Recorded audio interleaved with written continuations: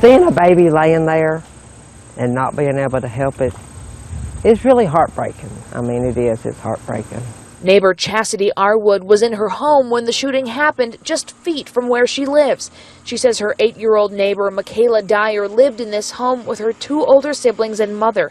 Michaela was playing across the road with neighbors outside the suspect's home when she and the boy had a conversation through this open window. He asked the little girl to see her puppy. She said no and laughed, and then turned around, looked at her friend and said, "Let's go get and never got puppies out." Michaela's friend said the boy aimed and fired a shotgun at Michaela. She died that night. An 11-year-old boy went into his home, picked up a loaded 12-gauge shotgun. Angry his neighbor wouldn't show him a dog, aimed the shotgun through the window of his home, pulled the trigger, and blew that 8-year-old girl to pieces. A loaded shotgun stored in a closet without locks, put there by the boy's father. Yesterday, we talked about the mass killing in Oregon and the criminally negligent, bullet-headed mother who knew her son wasn't right, yet saw nothing wrong with having plenty of guns around the house and making sure her little murderous felon in the making had plenty of chances with his new toys.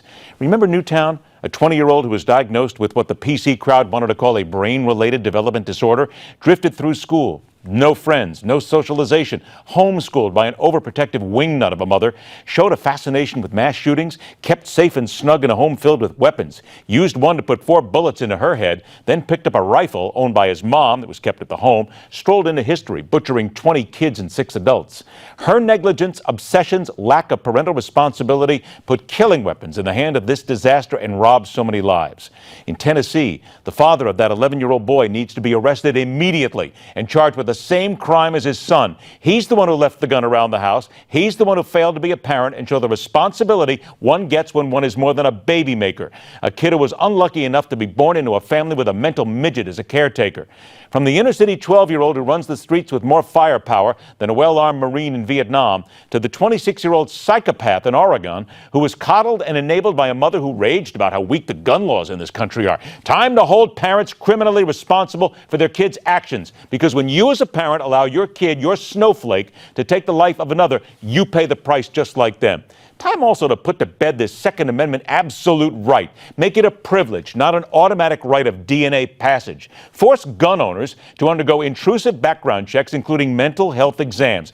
Take required gun safety courses. Renew them every year. And while we're here, how about being held criminally responsible when failing to lock up weapons and keep them from kids and from those who have no reason to be around something that can take another life? In other words, earn that privilege, work for it, be responsible, and pay the price when your actions are the reason an 8-year-old kid gets blown away.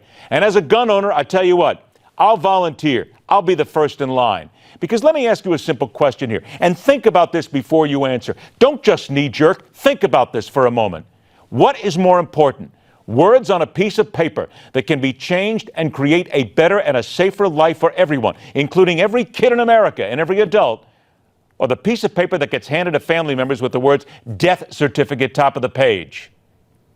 Your choice. And that is telling it like it is.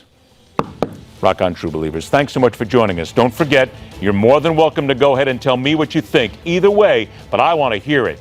Facebook, Twitter, or send it to us in comments, and I'm happy to respond to it right here. Let's not just get the conversation started. Let's do something about it. We'll see you tomorrow night, right back here on The Hard Line.